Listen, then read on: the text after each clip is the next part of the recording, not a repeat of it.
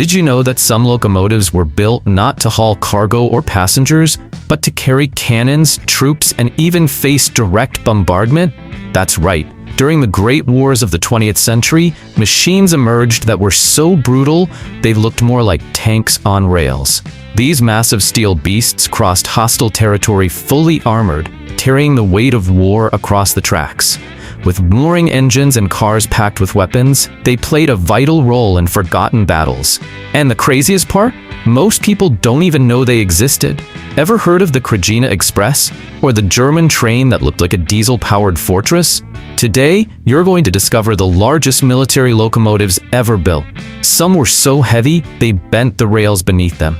Others were so extreme, they could barely move, but left their mark in history. Ready to ride through the most insane military locomotives ever put on rails? Stick with me, because the last one on this list will make you say, wait, that was real? Stefanik Armored Locomotive. After World War I, Central Europe was a chaotic place. The newly formed Czechoslovakia needed strength, mobility, and presence. That's when the Stefanik Armored Locomotive was born, around 1919, rushed into service to protect unstable borders and key rail lines. It was named after Milan Rastislav Stefanik, a national hero and one of the country's founders. Originally a standard steam locomotive, it was armored with thick steel plates welded around the cabin, boiler, and cars, transforming it into a mobile bunker. Powered by steam and fueled by coal, it consumed around 2,200 pounds per hour. Its top speed? Around 18 miles per hour. Slow, yes, but speed wasn't the goal. It was built to withstand attacks and keep rolling through danger zones. A boiler had enough pressure to pull several armored cars equipped with light cannons and machine guns. The suspension was reinforced, and the traction came from the main drive wheels. Inside, it was hot, cramped, and noisy. Steam hissed, metal clanked, and tension filled the air. Every inch was designed for combat, not comfort. This locomotive saw serious action during border conflicts in the 1920s. It escorted supply trains, patrolled vulnerable areas, and served as a deterrent against sabotage, when control of the rails could decide entire battles. Today, the Stefanik remains a symbol of Slovak resistance. It's preserved in railway museums, and some records show it took part in over 20 combat missions, even though it was initially seen as a temporary fix. If you think this steel relic already sounds intense, wait till you see the next model, a wartime improvisation that survived one of the most brutal conflicts of the 1990s. Hrvatski oklopni vlak. In the early 1990s, as the Balkans fell into one of the most brutal post-Cold War conflicts, something straight out of a war movie rolled onto the rails, the Hrvatski oklopni vlak, or the Croatian armored train. Unlike older industrial military models, this one was entirely improvised. Built in 1991 by Croatian forces, it started as a civilian train that was armored on the fly. Thick steel sheets were welded around the cab, engine, and train cars, creating a steel barrier against enemy fire. It was a real-life Frankenstein on rails. The diesel engine produced around 1,200 horsepower, enough to push a full load of soldiers, machine guns, and light artillery. The main traction came from the central axles, and even with its makeshift armor, the train could reach about 25 miles per hour, depending on the track condition. Inside, it was cramped and strictly functional.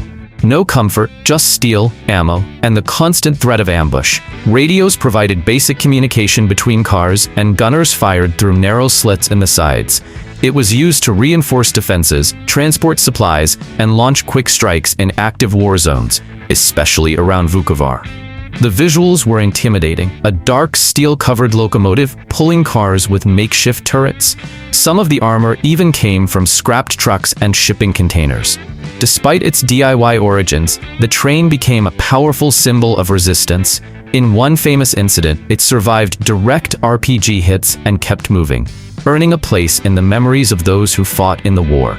If that sounds brutal and improvised, the next machine takes it to the next level, a Slovak armored train built to take on tanks head-on. Herban Armored Train, Zvolin.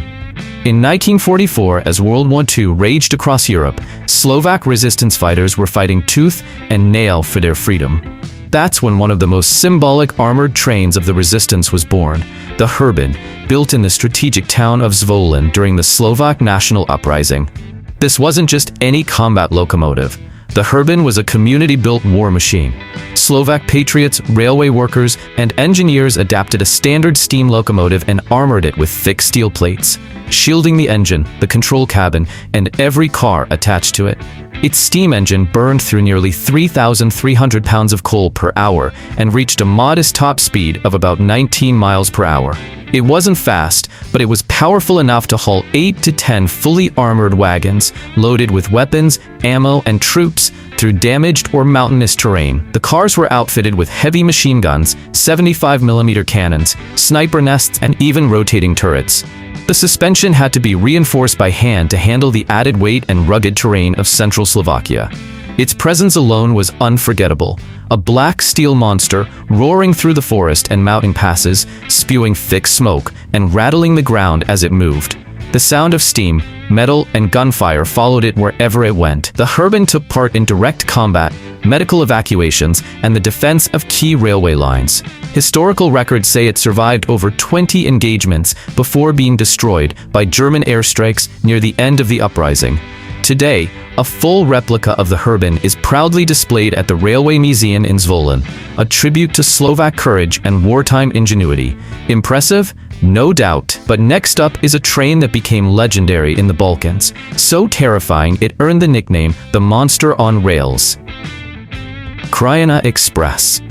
Between 1991 and 1995, as Bosnia and Croatia were torn apart by one of modern Europe's most violent wars, a military train emerged that was so extreme, so heavily armed, it gained near mythical status. The Krajina Express, known to enemy troops simply as the Monster on Rails. Built by the Serbian forces of the self-proclaimed Republic of Serbian Krajina, the Krajina Express was an improvised war machine. But make no mistake, it was deadly. The diesel-powered locomotive could haul up to 10 armored weaponized wagons, moving at about 25 miles per hour fully loaded. Each car was a fortress. The train carried heavy machine guns, 120mm mortars, anti-aircraft guns, rocket launchers, and sniper positions. Some wagons were reinforced with triple-layered armor made from welded railroad tracks. The control cab was surrounded by thick steel, and the entire train was covered in sandbags and concrete for extra defense. Inside, the environment was suffocating. The smell of burning oil, stifling heat from the engine, and the constant metal-on-metal grind made for a nerve-wracking ride. Communication was done by radio, and the train even had its own onboard power generator. The Krajina Express was used for direct assaults, patrol missions, and surprise attacks along the railway lines of Bosnia and Croatia. It became legendary after surviving an air raid and continuing to operate despite taking heavy damage. In one mission, soldiers reportedly pushed the train manually through damaged rail sections to avoid enemy capture. Just hearing it approach, metal groaning, engine rumbling, the sound echoing down the tracks, was enough to strike fear into opposing troops. After the war, stories about this train spread throughout the region, cementing its status as a battlefield legend. Now buckle up. If that was brutal, what's coming next is military logistics on an industrial scale. A German war locomotive built to cross continents with tons of weapons and supplies. Class 52, WW2 German. During World War II, Nazi Germany needed a locomotive that was cheap, durable, and easy to produce in massive numbers. The answer came in 1942, the Class 52 Kriegslokomotive, a wartime workhorse still considered one of the most effective military locomotives ever made. Over 6,300 units were built, powered by steam. The Class 52 had around 1,620 horsepower and could pull up to 2.6 million pounds of cargo. It burned about 220 pounds of coal per mile and required nearly 11 gallons of water per mile traveled. Its design was simple and rugged. The 210-0 wheel configuration gave it the traction needed to survive in terrible conditions, especially on the Eastern Front, where snow, mud, and bombed-out tracks made every journey a challenge. Although it wasn't armored by default, many Class 52 locomotives were used to haul armored trains, artillery cars, and supply convoys. Some were even modified with steel plating around the cab and boiler when operating in high-risk areas. Visually, it was a beast. Large driving wheels, steam billowing skyward, and a deafening roar as it charged forward. It didn't need guns to be dangerous. Without it, tanks, weapons, and soldiers would never reach the battlefield. Today, many Class 52s are preserved in museums across Europe, a testament to the role that rail logistics played in shaping modern warfare. Liking this ride through the most insane military locomotives ever built? Then hit that like button, subscribe to the channel, and ring the bell, because every week we bring you more steel monsters from the front lines of history. Next up, get ready for a train that didn't haul weapons, it was the weapon. Panzertriebwagen 16. When Nazi Germany decided to build a train that didn't just support the war, but was a weapon itself, they created the Panzertriebwagen 16, or PZTRWG-16. This armored combat vehicle didn't pull anything, it was the entire train. Built around 1942, the PZTRWG-16 was a standalone armored rail unit. It ran on a diesel engine with about 550 horsepower, reaching speeds of up to 25 miles per hour despite weighing over 140,000 pounds. Its steel armor was up to 1.2 inches thick, protecting it from small arms and light explosions. Its main turret was taken directly from a Panzer IV tank, housing a 75mm cannon. Along its sides were two MG-34 machine guns for close-range defense. Its 8-axle suspension was reinforced to handle weight and firepower over unstable tracks. Inside, everything had a purpose. There was a command cabin, ammo storage, engine bay, and quarters for 12 soldiers. It was deployed mainly in Poland and Ukraine to patrol rail lines and respond to guerrilla sabotage attempts. In one documented battle, this train survived a 4-hour ambush involving mines and light artillery, managing to retreat while maintaining control of the tracks. That earned it serious respect among armored train crews. Today, the only surviving Panzertriebwagen 16 is on display at the Military Technical Museum in Koblenz, Germany, a steel reminder of a time when even trains were built for battle.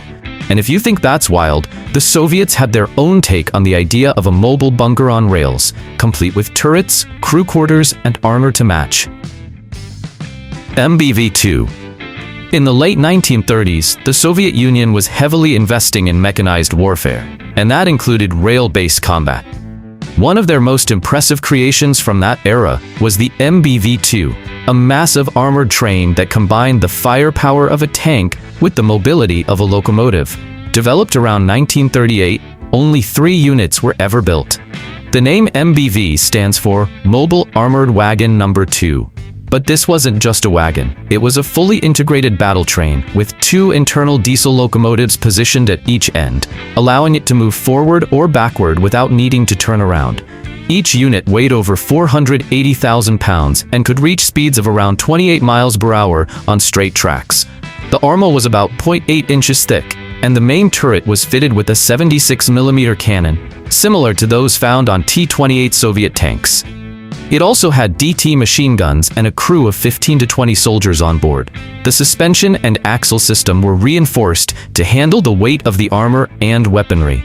Inside, the train had separate compartments for command operations, artillery crews, engines, and living quarters.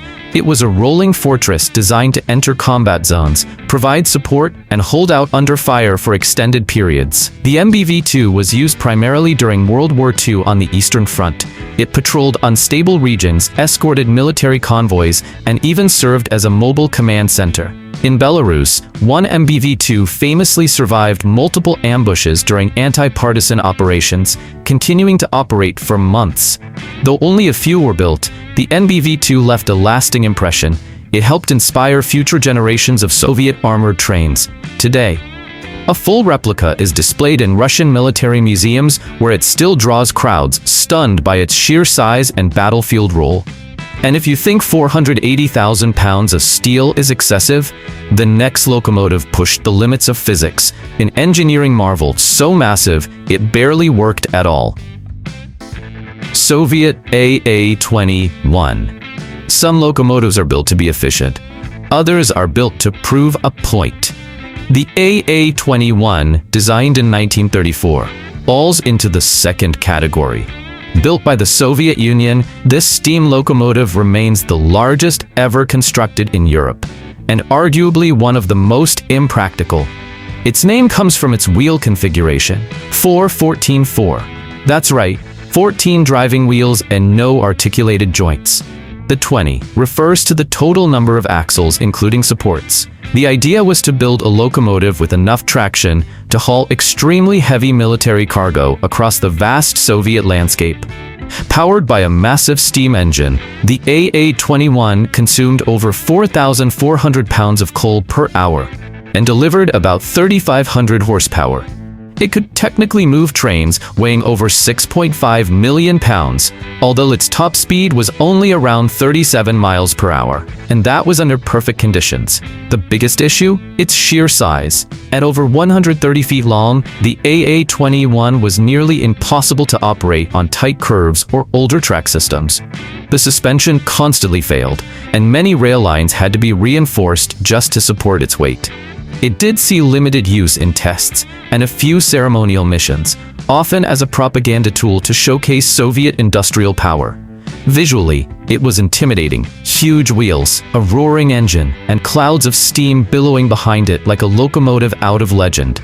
By the late 1930s, the project was deemed unfeasible and retired. Still, the AA-21 remains a symbol of Soviet ambition, an attempt to go beyond what railroads were ever meant to handle. Fun fact, in 1950, Soviet engineers actually considered reviving it using diesel-electric technology, but the plan was scrapped, considered unrealistic even by Cold War standards. And if you thought that was the height of absurdity, the next two trains didn't carry cargo at all. They were the weapons. Krupp K5. When it comes to long-range firepower, few machines can match the insanity of the Krupp K5, a railway gun so powerful it turned entire train lines into artillery platforms. Developed by German manufacturer Krupp starting in 1936, the K5 wasn't a locomotive in the traditional sense. It was a 280mm cannon mounted on a specialized rail chassis designed to absorb its recoil and distribute its massive weight, over 440,000 pounds in total. While the gun itself couldn't move independently, it required a dedicated locomotive just to reposition it. The K5 had a staggering range of over 37 miles, using high-velocity shells. Each shot required careful preparation. The train had to be perfectly level. The cannon realigned after each shot, and a crew of 25 to 30 men handled everything like a mobile artillery base. For mobility, the K5 used steam or diesel locomotives to drag it to firing positions. Its top speed was only about 12 miles per hour, and it could only operate on reinforced tracks that could support its colossal weight. The K5 saw action on the Western Front, especially in France and Italy. One famous unit, nicknamed Anzio Annie by the Allies, fired more than 400 shells during the Battle of Anzio in 1944, targeting American positions with terrifying effect. Watching it in action was surreal. A 90-foot barrel erupting in smoke and thunder, the ground shaking with each shot. The sound of a K5 firing could be heard miles away, and the craters left behind were massive. Today, 2 K5 units survive, one in the United States, Aberdeen, Maryland, and another in France. Both stand as reminders of how far engineers were willing to go to control the battlefield from the rails. But even the K5 looks small next to what's coming next. Because the last weapon on this list wasn't just big, it was the biggest artillery piece ever built. Schwerer Gustav. When we talk about the extremes of military engineering, nothing tops the Schwerer Gustav. Built by Krupp in the late 1930s for Nazi Germany, this wasn't just a railway gun. It was a monument to destruction, the largest artillery weapon ever created. Gustav was designed to obliterate heavily fortified targets like the French Maginot Line. To do that, German engineers built a 31.5-inch, 800mm caliber cannon, weighing over 3 million pounds and capable of firing 7-ton shells up to 29 miles. It didn't move on its own. The gun was carried on double railway tracks and required 2 steam locomotives just to reposition. The full setup involved over 250 soldiers, working for hours just to prepare and fire a single shot. The platform sat on 80 wheels, distributing its massive weight. Each shot would send out a shockwave, with smoke clouds visible for miles, and tremors felt across nearby towns. During operations, Gustav's roar was so loud it was reportedly heard over 10 miles away. Its most famous use was during the siege of Sevastopol in 1942, where it destroyed underground Soviet bunkers and heavy fortifications with terrifying precision. But its size and complexity made it inefficient. As air power improved, Gustav became outdated, more symbol than solution. By the end of the war, it was dismantled to prevent capture. Today, only parts and replicas remain, but in every documentary, war museum, or historical book, the name Schwere Gustav lives on, as the biggest, heaviest, and most terrifying weapon ever to run on rails. From improvised armored cars in Slovakia to steel giants like Schwere Gustav, this list shows that the battlefield wasn't just fought on foot or by tank, it ran on rails too. These locomotives weren't just machines. They were symbols of resistance, oppression, ingenuity, and military strategy. They were mobile bunkers, command centers, artillery platforms, and propaganda monsters that left deep marks on the history of war. Because in the heat of battle, when terrain, weather, and distance threatened everything, it was often these rail-bound beasts that kept the war machine moving. Now tell me, which of these military locomotives blew your mind the most? Which one would you love to see in person, or even ride if you could? And if you're into stories like this, don't forget to subscribe, ring the bell, and stick around, because every week we bring you the most incredible machines to ever roll across rails, deserts, snow, or battlefield dirt. See you in the next video!